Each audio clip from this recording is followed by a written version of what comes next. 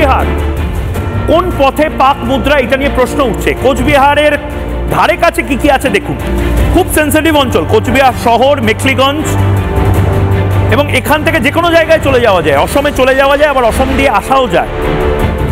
এবং অবশ্যই বাংলাদেশ রয়েছে, বাংলাদেশের লালমনিরহাট, দিনাজপুর, এই সমস্ত জায়গা হয়ে কোনো পাকিস্তানি যদি এদিকে চলে আসে, মাথায় রাখবেন বাংলাদেশের এই রংপুর যে জায়গাটি রয়েছে, সেই রংপুর ফেনী তার ঠিক উল্টো দিকটা শিলিগুড়ি, দিনাজপুর, এবং এই শিলিগুড়ি করিডোর যাকে বলা হয়, সেই শিলিগুড়ি করিডোর থেকে কয়েক কিলোমিটার, কয়েকশো কিলোমিটার।